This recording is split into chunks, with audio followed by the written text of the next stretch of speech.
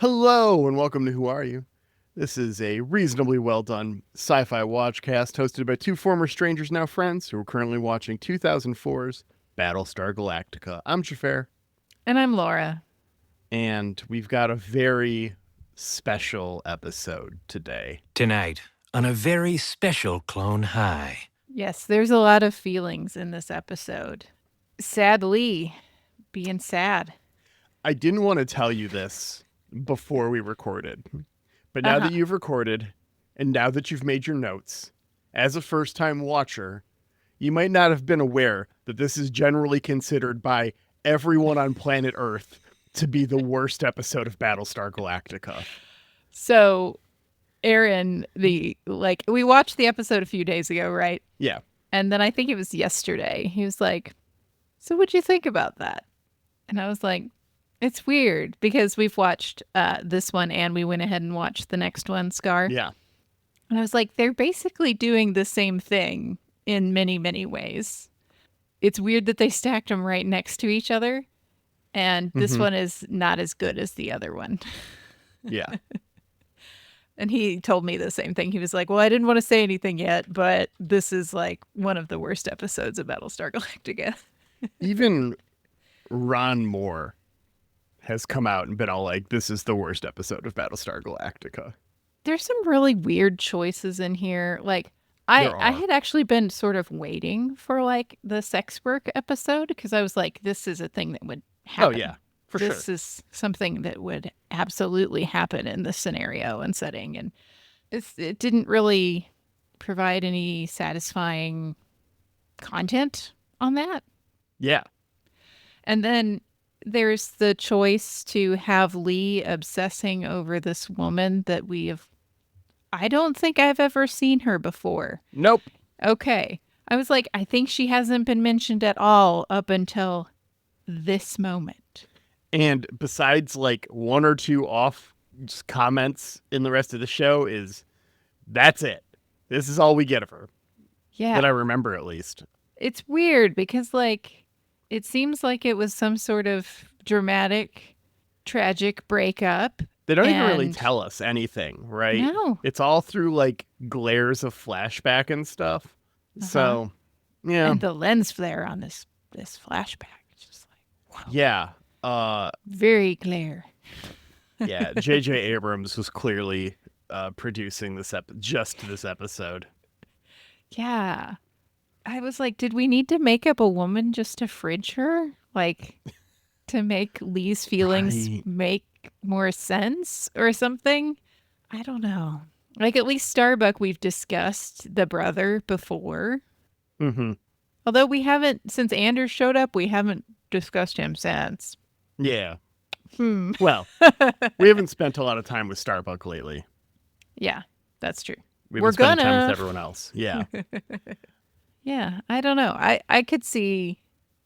I actually thought about the rating of this one ahead of time. A lot of times I don't. I'm not putting it down there like 1 or 2, but it's certainly not the same caliber. I think part of that is our rating scale. Using the 1 to 12 colonies that we do. It's a lot, yeah. Is like there's a lot of range, right? Like a 1 has to be so bad compared to like originally we had, Babylon 1. Yeah. On our scale, our previous scale of Babylon's 1 to 5 listener, if you didn't listen to our Babylon 5 coverage, every episode was rated on a scale of Babylon's 1 to 5. Naturally, yes. Yeah, of course. And we would I feel like we could dip down a little lower pretty comfortably because of how small that scale was. Yes. Like a 1 is still in the top 20%. Yeah, that's true. You got to hit like a 2.25 or whatever for that to be the case here. Yeah, I think mathematically it feels wrong to give this a 1 or 2, even if it is the worst episode. But like if you think about the statistics, like the normal distribution, right, should be somewhere around the middle.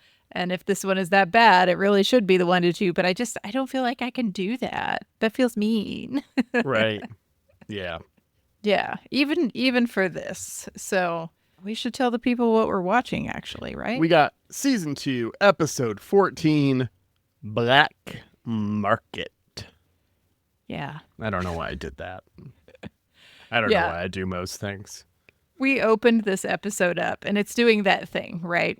We're going to do the record scratch. I bet you're wondering how I got here with this episode, right? We've done that a lot this season. We do it the very next episode, sir. Yeah. And we've done it at least, I want to say 3 or 4 other times this season now too. I haven't been keeping track, but this definitely feels like the good old going back to B5 assassination to theme. Assassination attempt to theme of Babylon 5 definitely feels like that's our... How do we start this episode? By starting it at the climax and then rewinding 48 hours, of course. It's like, you could tell me that around the time all of these episodes were getting written, they had a gimmick in the writer's room. They're like, everyone pitch your best cold open that starts in the middle of an episode.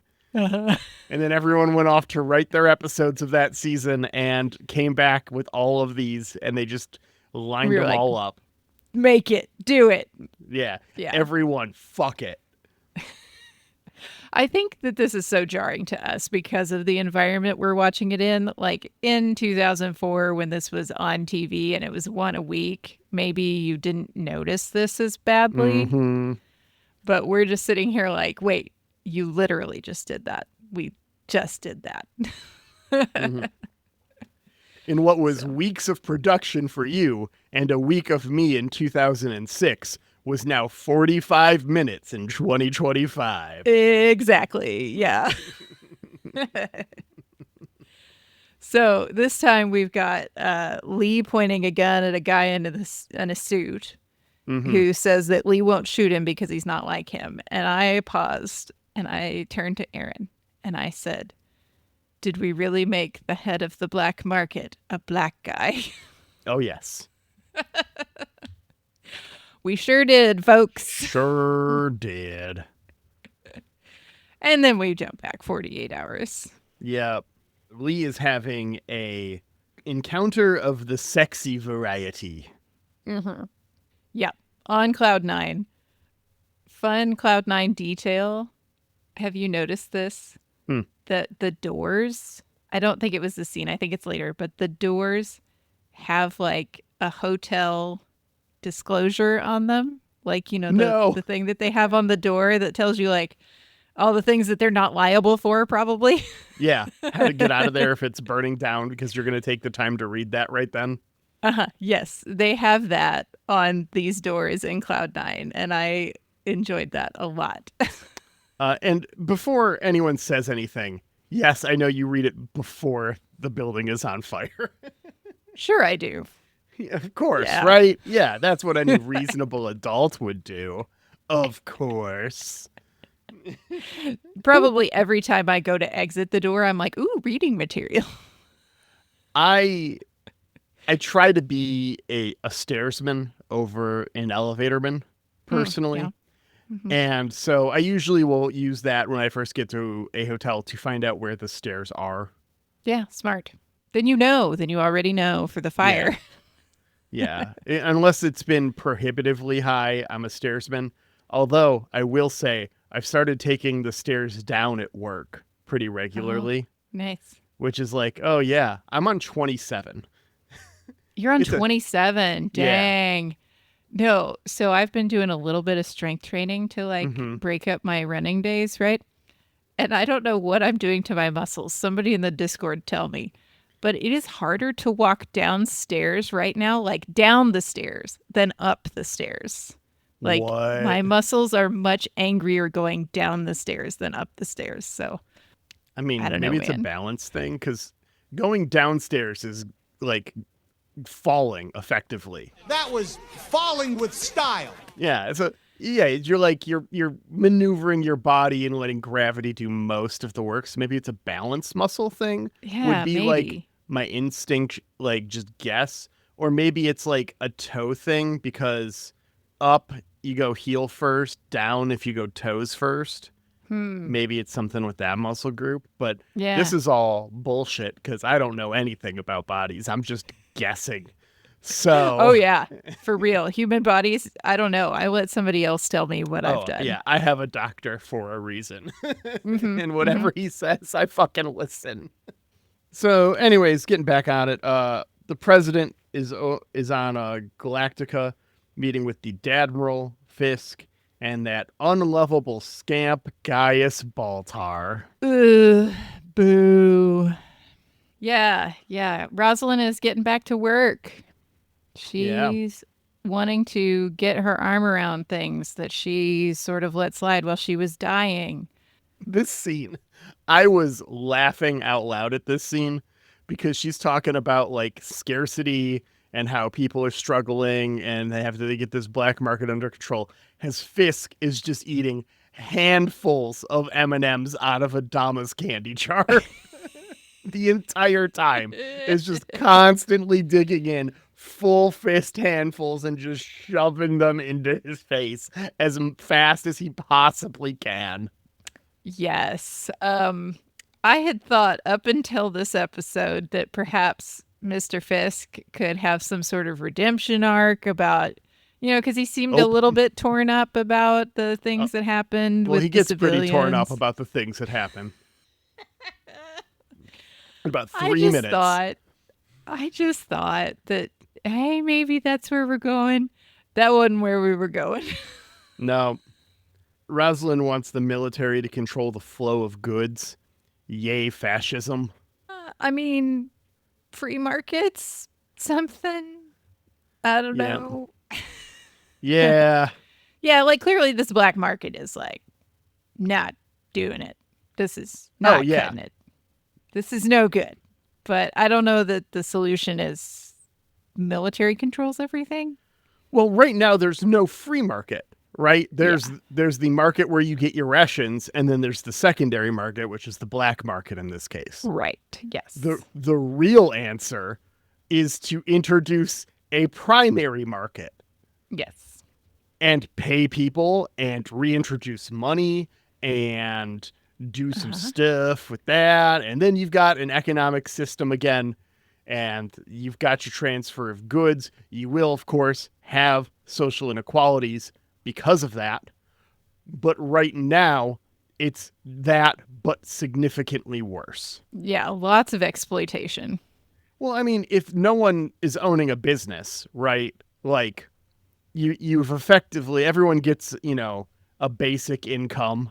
You're basically moving to socialism, like a full communism, really, not socialism at that point, very quickly. It's like everyone gets this much money, everyone works for the government. It's how it is already working, except they're not doing the thing with the goods on the backside, which is what they need to be if they want to control this market. And if I do remember back a little ways, I think Mr. Zarek made this point already. Yeah. They're like, hey, well, I think it was in our Quorum of 12 episode where we're like electing them and he didn't make vice president. Yeah. That like, he was like, hey, we need a market. And Rosalind was like, no, we're busy. Which at that time, fair. But it's one of those things. You have to work on this at some point. So after leaving this meeting, Fisk and Gaius have a little chat in the hallway. Very openly in the hallway. There's like people behind them and stuff. Yeah. When they're very clearly talking about like, hey, you lining things up against the president and against this whole stupid trade thing. And they're like, yeah, it's all fine. Like, Gaius and Fisk are just buddying, and Fisk is like playing both sides. He's like, oh yeah, I'll pretend to go along with Adama, but I'm definitely still in your corner, buddy. Here's your cigars or whatever. Yeah. So, fuck these guys. Fuck these guys. Speaking of fuck that guy, Lee is back on Cloud 9 with Siobhan again. We learn he's got a dolly for her daughter, Paya, as their conversation informs us that she is a practitioner of one of the oldest professions. If we follow Maslow's hierarchy, he'd say it's like the 5th or 6th profession. You catch my drift, right? Yeah. Yeah, Yeah. you know what I'm saying? Yeah. Yeah. She's a prostitute Yeah. of I mean- some variety. I don't know the differences in the terminology here. I think prostitute is the nicest one outside of sex worker, which is more generic.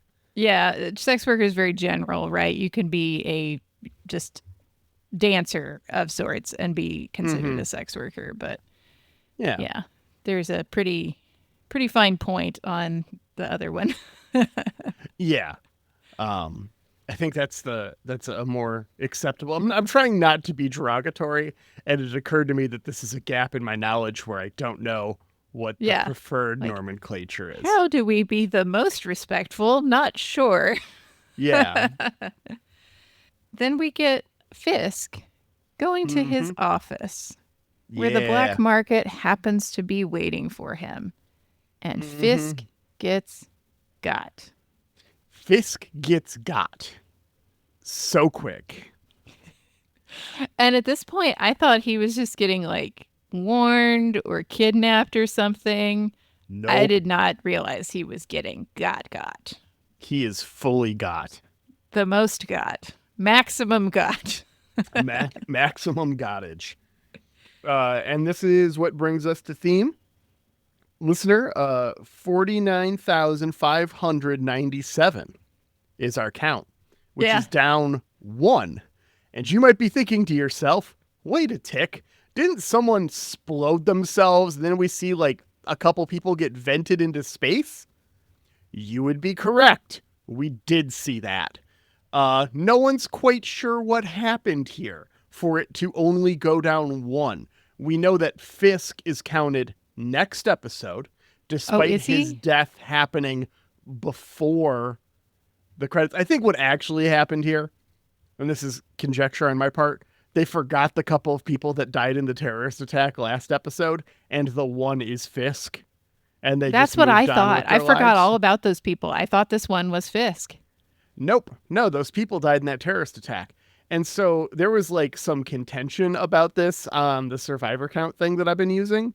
Oh my. And they're like, well, maybe they rescued one of them. Maybe a baby was born. Maybe 2 babies were born. We don't exactly know. They don't tell us how many people died exactly. Uh-huh. We think it's 3 from this thing, but that might not be accurate. So it's just like, okay, cool. So we just don't know. And I think this is just a production flub that fans tried too hard to make a thing. Not that sci-fi fans know anything about that. It never happens. No. Not once. Nope.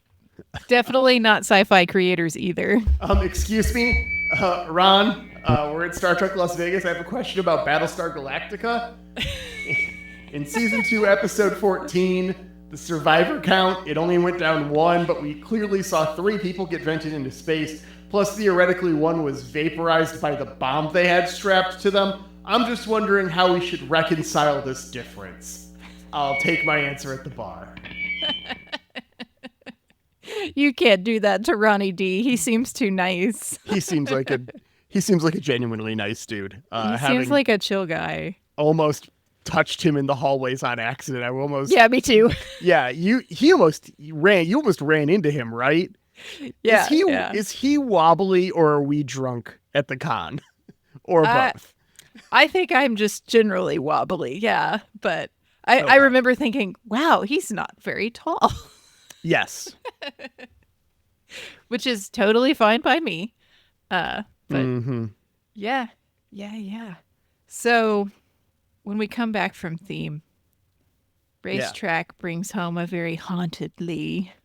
He's flashing back and she just looks over at him a couple of times, just like, dude, you okay? Yeah. Lee's been a lot lately, I think. And this haunted look is just all we get this episode. Yeah. He's just there. Cottle's got the body of Fisk for the autopsy. And he's just like, well, he was garroted. And we see it. And it is grotesque. Yes. Yeah. Like, props to props. Because this was fantastic. Very good. I was legitimately like, ugh. Oh, yeah. Ugh. Especially me thinking that he just got. theme. I did not realize he was dead. When they come back, I was like, yeah. Yeah. They've stuffed some kind of weird coroner's coin down his throat. A cubit, I think they call it. Yeah. I don't know. It's colonial money.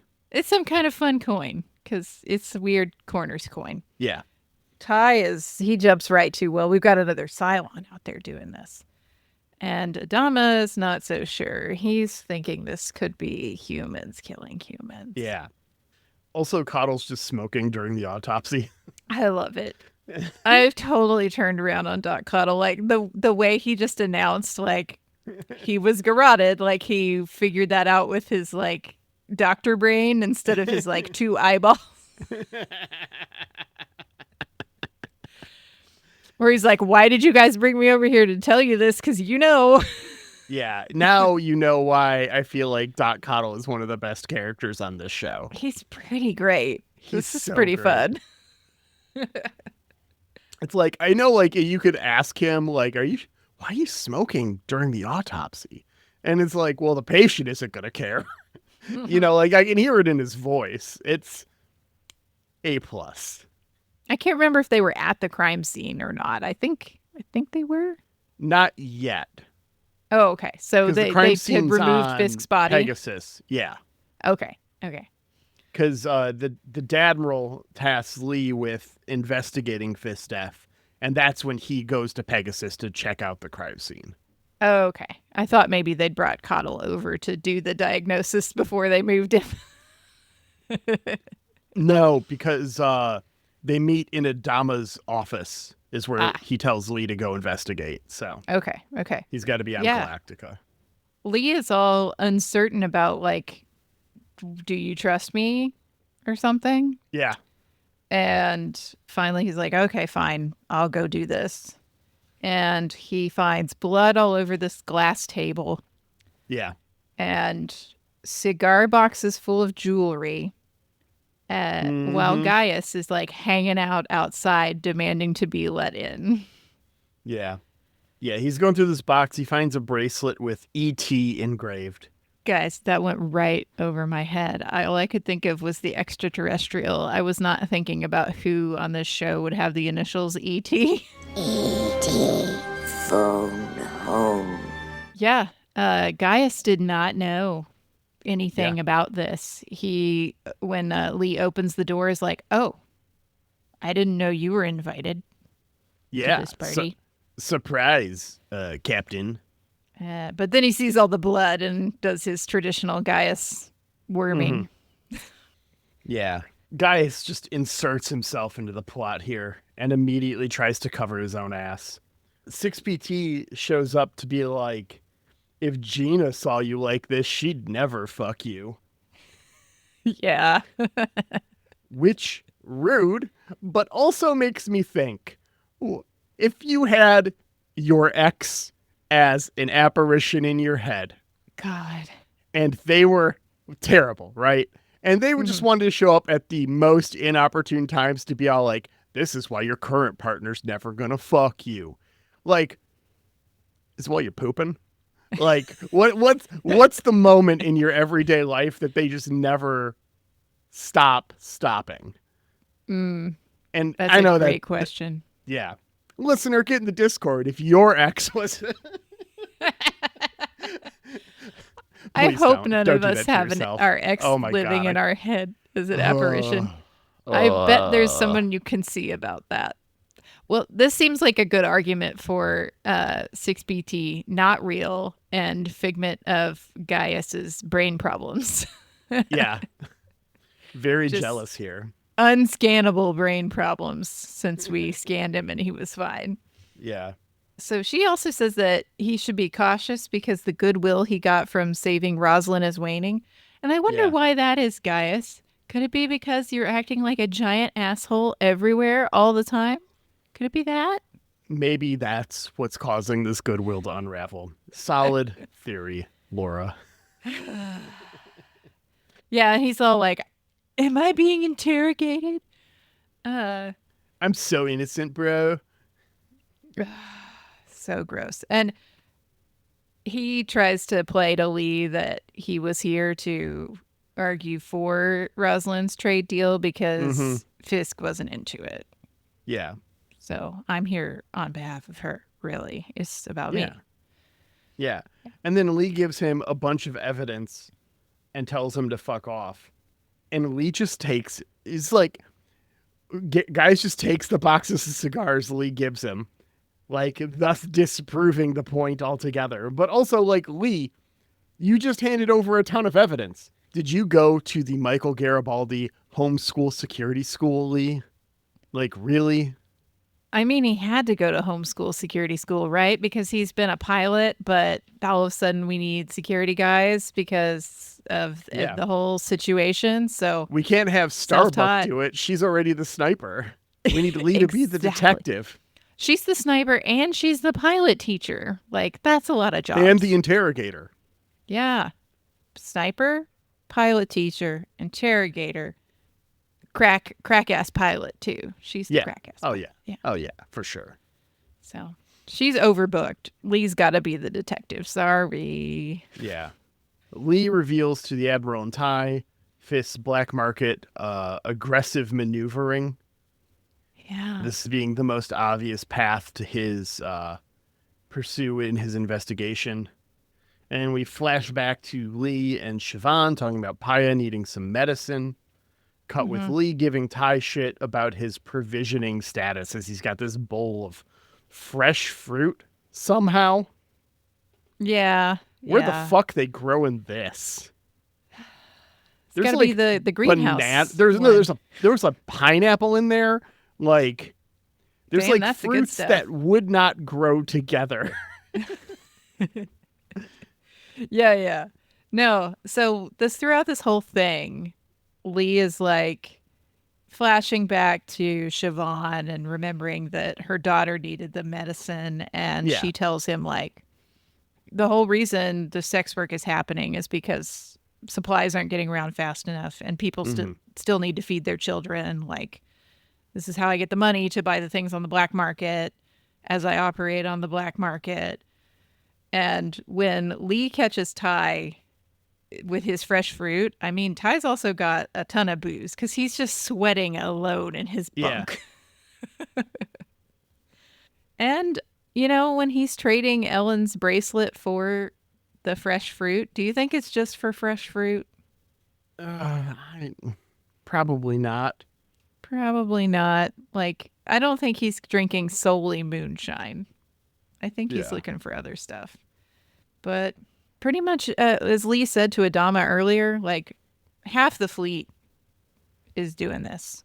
More than half is doing stuff on this black market. So, like, we can't crack down on everything. I mean, Lee is an active participant. Yeah, he's doing it too. Like, probably the only one not participating in this black market, Adama. Rosalind. No, Rosalind. There's two. I'm going to guess just Rosalind. Because even Adama's like, you know, like, this stuff happens. It's going to be a thing, but the president wants to get rid of it. And I've kind of set myself as her ride or die. So.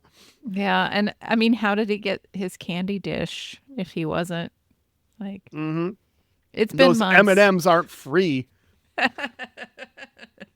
That's the real reason. Maybe this is all a cover, and Adama was so pissed about Fisk eating all of his black market M&Ms, he ordered the hit. I mean, we don't know how much those cost. Right? He could be trading pips for those or something. Like, what would he have even? It's questions we need the answer to. Did he trade one of his little ships? Maybe. I mean, I don't know who would want those because they're really anachronistic at this point. Yeah. The M&Ms are probably the most expensive too because, like, okay, we've got the pineapples. They melt in your mouth, not in your hand. So, I mean, that's storage. That's utility. You can keep M&Ms in your pocket, and as long as you don't get too hot and then smack your pocket, you're fine. I was going to say, I don't know. I can't keep them in my pocket. I'm too hot all the time. But, like, we've got the pineapples and we got the grapes and shit and whatever, but do we have cocoa beans? Anyway, Yeah. So, Lee is haunted by paying Siobhan yeah. and for some reason goes boxing. It's time to let off some steam. And Yeah. hey, you remember how Lee and D boxing was a thing? Yeah. Lee Dee's and all D. like, what's going on with this situation, Shipley? And he's all like, nothing. Siobhan's calling, bye. I don't understand what's happening here because we've literally had Lee and Duella boxing once, right? Yeah. There's been lots of glancing. There's been Has lots there? of glares. It's definitely meant to be something you think could happen at this point. Okay. But it is not.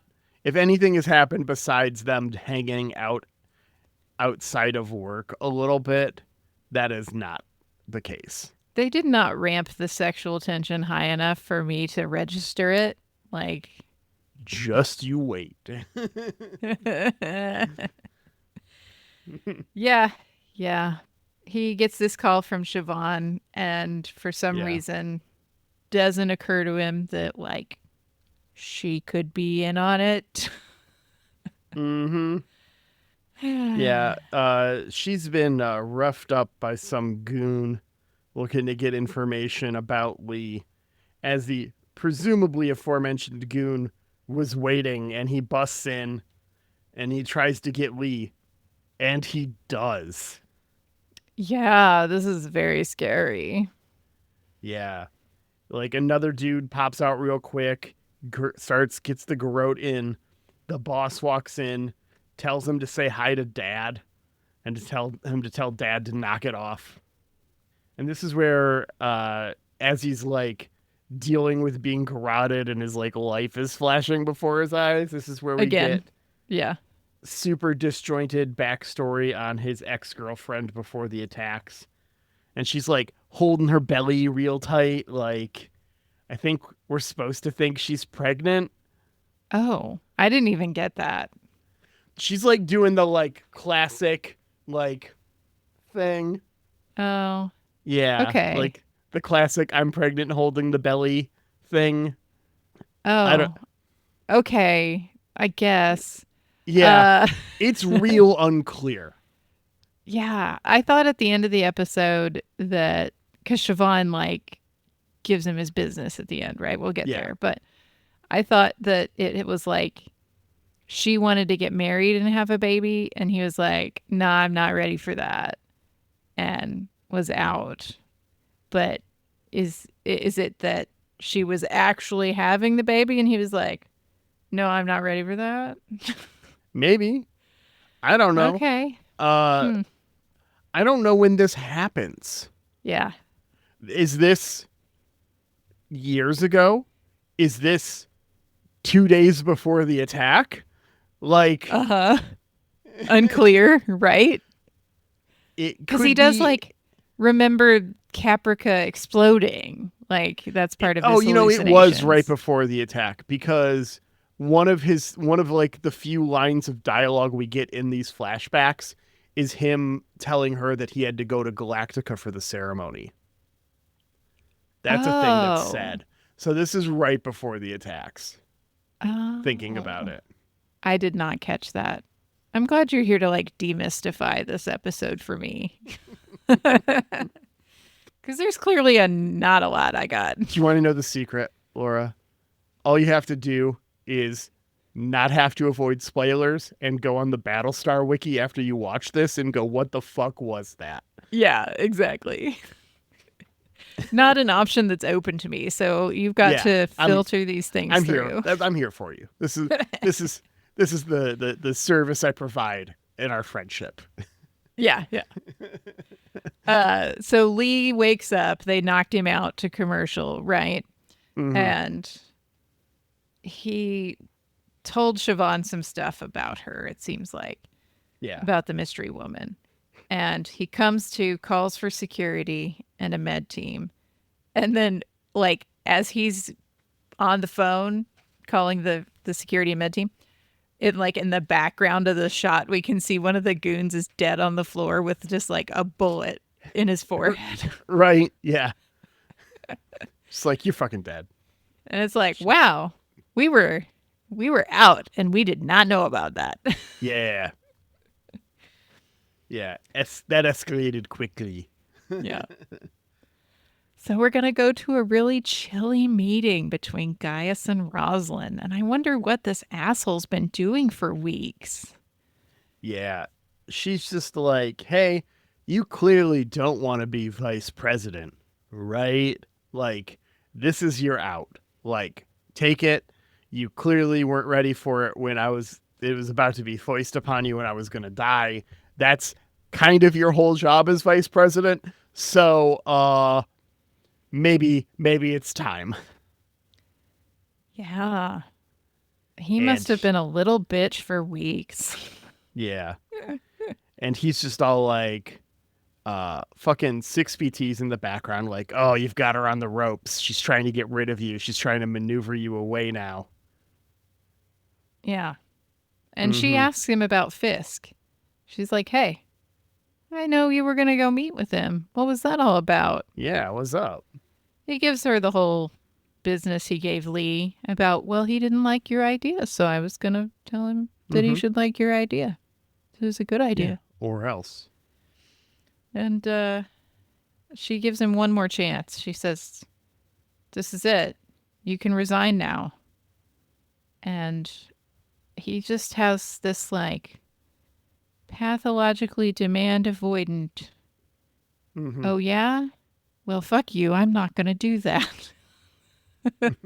Response. Once in a lifetime, one-time offer. And he is completely rejecting that. Yep. Do you think only one of the goons has a garrote or garret? I don't know how you say that. Yeah, probably.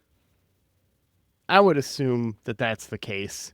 Only one? It seems to be the one guy he's like got it built into his watch. He kind of looks like the Irish assassin from Austin Powers. Oh. To me. And that's also the same thing he fought with. And he also wore that like leather jacket and stuff. So that's all I could think of whenever I saw him. And so I've conflated those two characters in my head and I just assume it's the same guy. It's the same guy. Yeah. No, I was just laughing at the security team when he looks at the body and he's like, well, this seems to be the one who killed Fisk. And I was like, because no one else has the little secret weapon in the watch? Like, you don't think the black market has their whole team outfitted with these? Like, right. You never know when you need to grow out somebody. Yeah. And you could just like take that off of your wrist and put it on some random dude's wrist. Like, yeah. Okay. Yeah. Evidence. That's how that works. He also went to the homeschool security school. For sure. When all this is going on, guess who shows up? I'm back, and I'm better than ever. Zarek walks in. Yeah, he's just on cloud nine for, some business stuff. And he saw this door was open and that the security team was here. And they said, hey, come on in, Mr. Zarek. Yeah, we know you. The quorum member, Tom Zarek. Yeah, this seems fine. But Lee is very suspicious of this timing, as you should be. Yeah. But Zarek tells him, no, I'm not involved with all that. And I said no. They asked me to be involved with that. They asked me like a bunch of times. But I worry about all my people on the Astral Queen who were criminals, and I don't want them to be under any extra suspicion when we're barely legitimate. And so I wasn't having none of that. Yeah. He throws some shade at Star Trek on here to boot. Did you really expect some utopian fantasy to rise from the ashes? Zarek notes that Fisk's murderer was left as an out. And Lee knows Zarek knows more. And he tells Lee about the Prometheus, the ship that has the answers to his questions. Like, why would you call it Alien Prometheus instead of trying to do your own thing when it's clearly an alien movie? But you also wanted to do your own thing. Why not just do your own thing? Why would you do this weird middle ground that only hurts you? I don't understand, Ridley Scott. Those types of questions. That's what you'll find the answers to on the Prometheus. Yeah. He knows this much, I think, because he says, Fisk tried to recruit me into this black market several times, and they started starving me when I said no. So he at least got the guy's name, Phelan, and where he's at, the Prometheus. And then he says that he hopes that this girl is worth it. I don't remember if he says Siobhan, if he drops her name. I don't remember either. Yeah. The implication is clear. Yeah. He knows about what this district of Cloud9 is for. Yeah. He's like, really? There's literally a red light on the porch outside of this hotel room, Lee. Come on. Yeah. I know where we are. Lee goes to the market ship and he sees all types trading. We see a couple people in uniforms in here kind of poignantly to let us know. As he works his way to the back room, he finds a cage full of kids. And if you're thinking, God, I hope that's not what I think it is. It is! Yeah, I'm sorry. We'll talk about it in a minute. Lee finds Phelan, the one Zarek described, and that we've seen previously as the leader of the illicit market activities. He explains how they fill a vacancy, a vacuum, the need for a secondary market. It's a pressure valve for people to be able to get like drugs and stuff. But then he also alludes to child trafficking and how there's no moral high ground when everyone in the mud. And this is such a leap for me that I can't take it seriously. Like, obviously child trafficking is a very serious issue. I take that seriously. But in this episode, for it to be all like, there's a black market and you can get antibiotics that the government might not be the best at distributing or controlling the flow of, and there's these things and people are hurting, and this is a way for people to get the things that they need, right? It's presented in the typical Battlestar Galactica morally gray. We're playing with the space of what civilization and humanity is like right now in this incredible context of the flotilla and the genocide, right? Yeah. Like, things are murky and people have to make difficult decisions and do things that would be easy to have a moral stance on normally, but it's difficult to have a moral stance on now because of the situation. That's the lens. That's our sci-fi. That's how we're doing our OG Star Trek, how we're doing it all. And then they throw this at us. Yep. And this takes it from that morally gray to fuck this guy instantly. Yeah. There is 100% a line between running an illicit market that maybe sells some recreational drugs, even some stuff that, like, I'm sure there's people that are interested in defending themselves that don't have access to firearms that probably acquire them through this illicit market. Yeah. There's a line. I would say all of that stuff is on one side of the line. And then on the other side of that line is child trafficking. Right. Even like the sex work is at least theoretically between consenting adults. It's hard to, there's a gray area there where it's like, are you really able to consent if like your child eating depends on you doing this kind of work and you have no other options? Like, can you consent now without power? There's that like gray area that you could go into a little bit, like, but we went straight all why the way is to your the kid other getting end. fed? Everyone's getting rations. Like, what is this situation that exists? Like, it's such a failing of the government at this point, of the remaining government of the colonies, to let this kid be hungry, to not get this kid antibiotics, that for this to be the last resort is just so fucking depressing. But also, like, it's definitely a lot more morally sound, assuming everyone is consenting, because trafficking is the line we're talking about here. It's just like,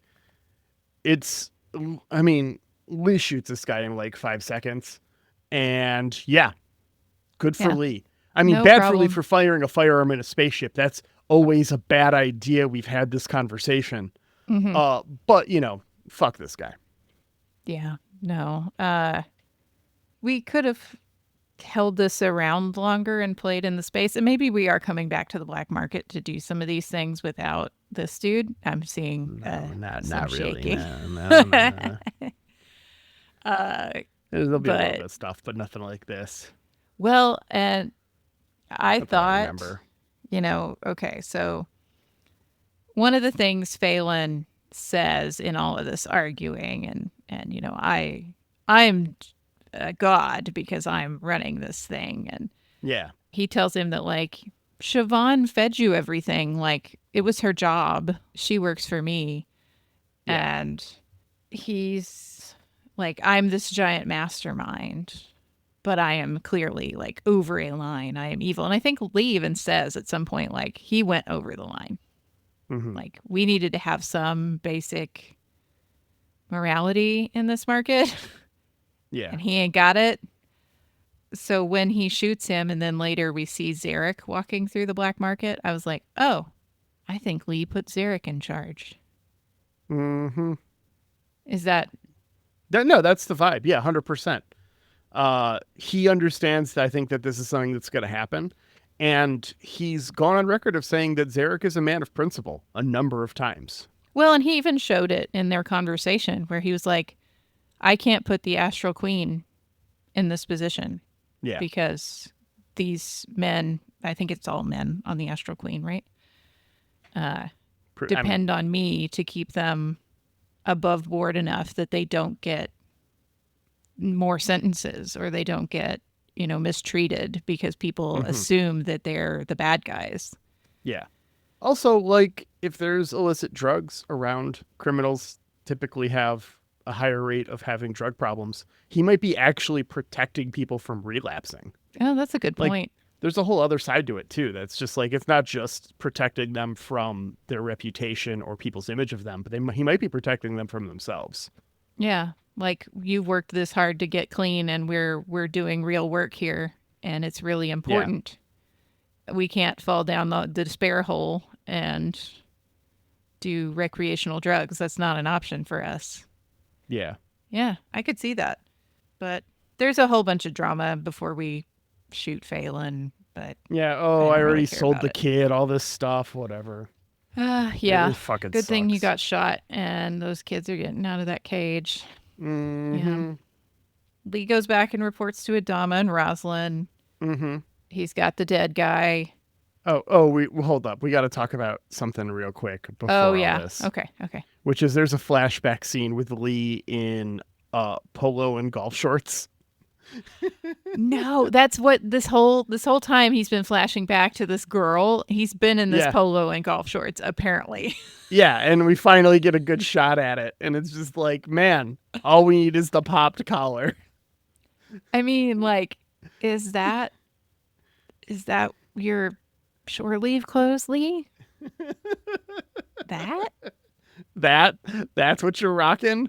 That Okay. And she told you she's pregnant? And she likes that look, I guess. I don't know. it was the mid 2000s, Lori. We both It's lived true. through this as Yeah. adults in college. Like we remember what that was like. I think it's just the shorts that's really maybe it's both really jarring, because we haven't really seen Lee in anything but like fatigues or a dress Yeah. uniform. Maybe we've seen him in like his boxers once or twice, but not like shorts. Short, you have to have nice calves to wear shorts. And I'm not saying he doesn't have nice calves, but I am No. saying he is not a shortsman. Yeah. No, This the look Lee does we not know, work. he should be in like his battle stuff, or Yeah. like the fancy Two tank dress tops, uniform. how we like it. 2 tank tops. No, I really want these 2 tank tops. If anybody knows where to get these 2 tank tops, like, holler at me. I think I would look great in these 2 tank tops. Beth has a pair of shirts that are remarkably close. that Nice. she's worn a couple of times. Yes. Oh, yeah, and Siobhan does like take him down a notch too in all of this, where he's like, "Hey, come with me," and she's like, "No, you're just some guy, and I'm never gonna be her. You can't replace her with me, and my little girl is never gonna be that baby that you thought you were having or wanted or Yeah. she wanted. Like, no." Yeah.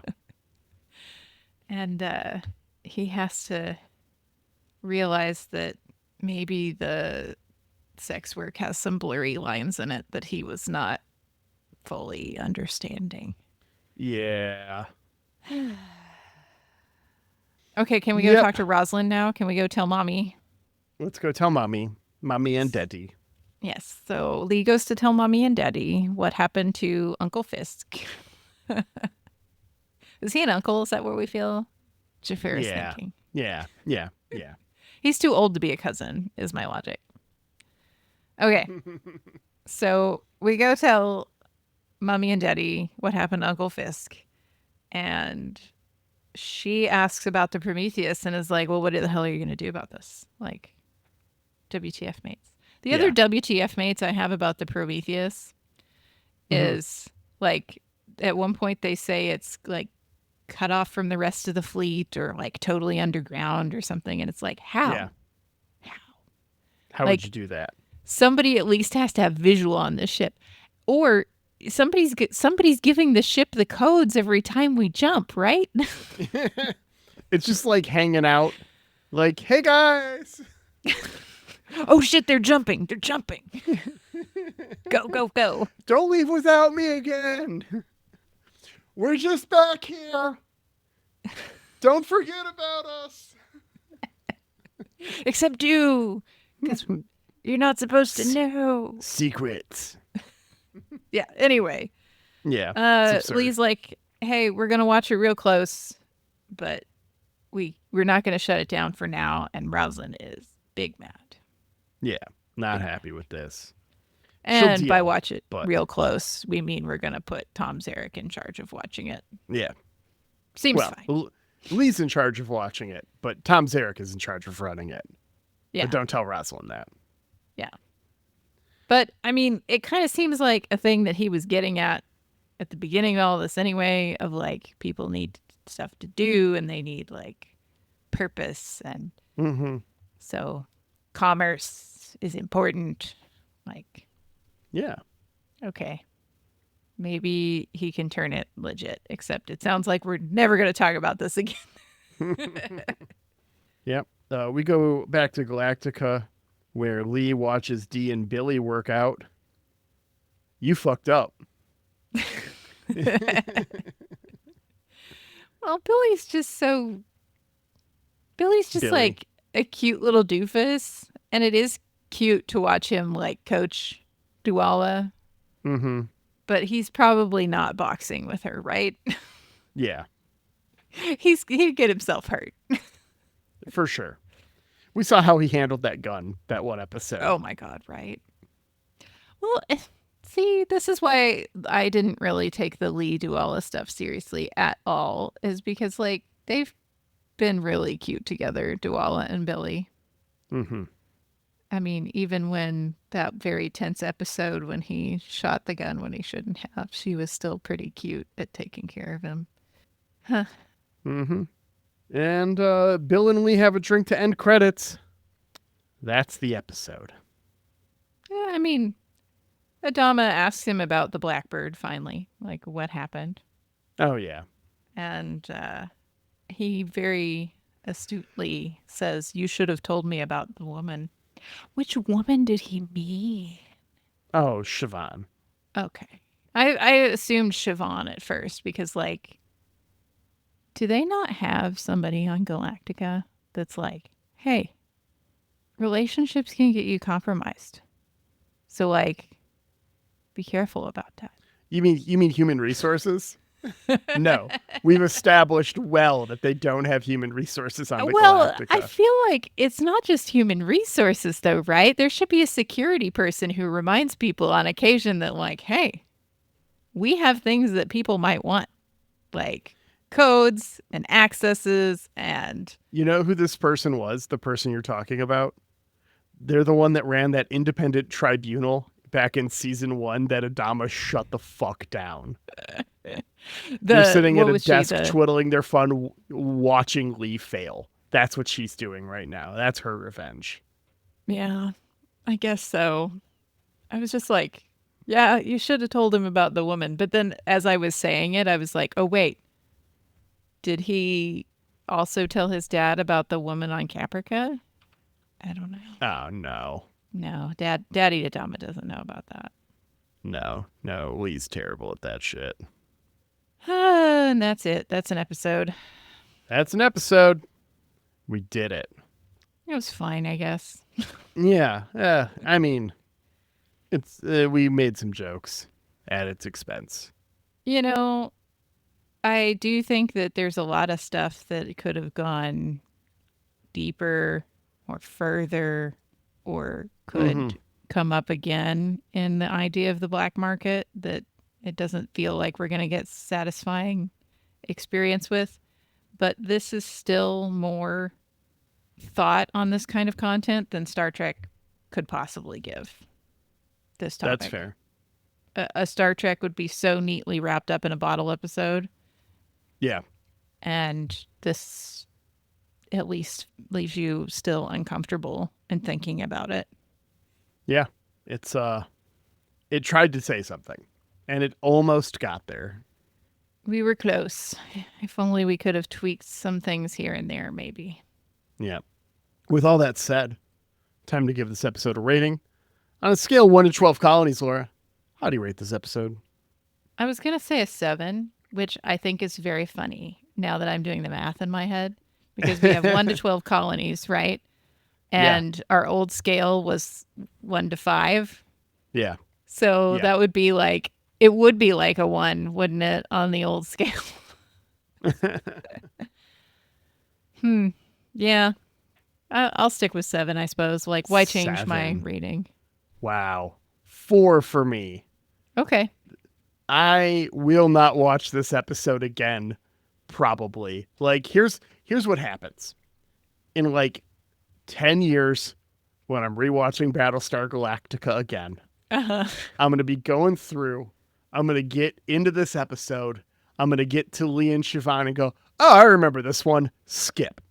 Then you're going to come listen to this episode because Maybe, yeah. That's well, like waxing nostalgic for our conversation from a decade ago. Yeah. That might be enough time for me to go back and listen. Yeah, there you go. Finally give the podcast a run through. Yeah, I don't know. This one was not great. So I was picking up on the vibes, but Yeah.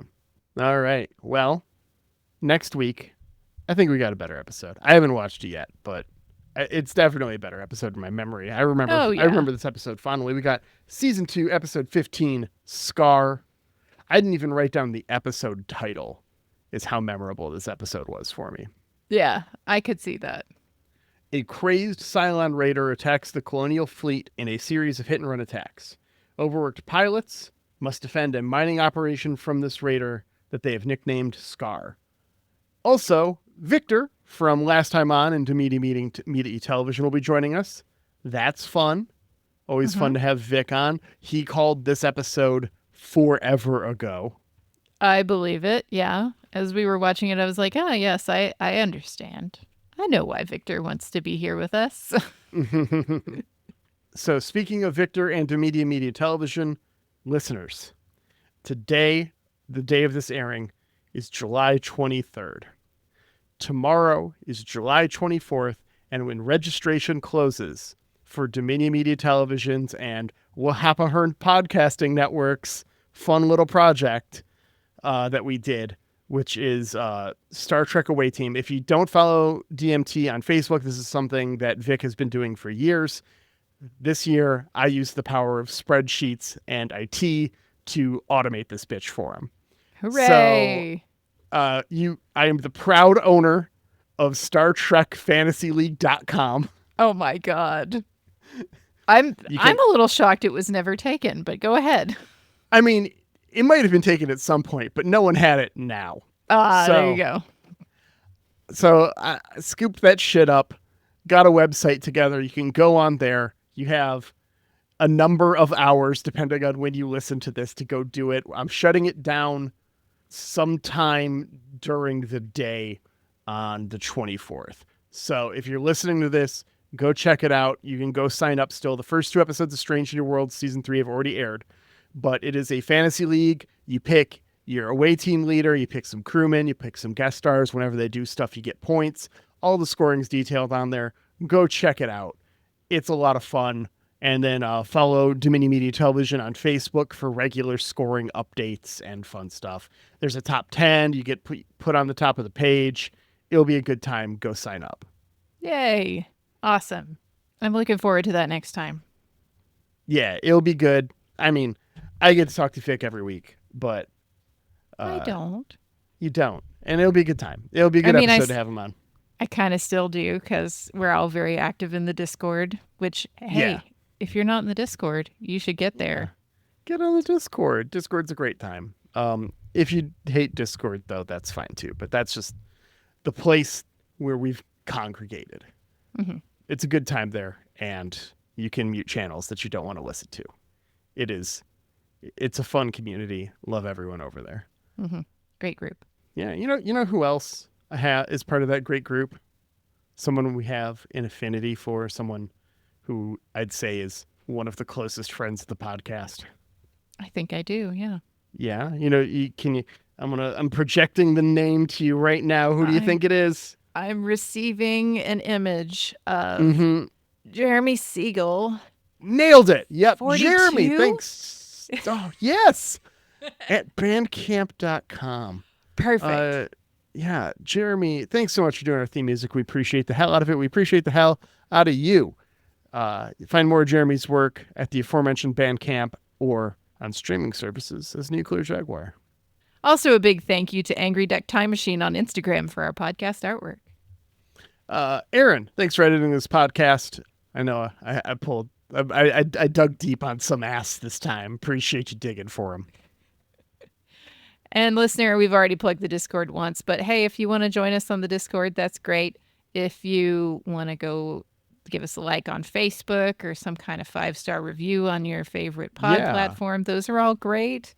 We appreciate you sharing the podcast with anyone.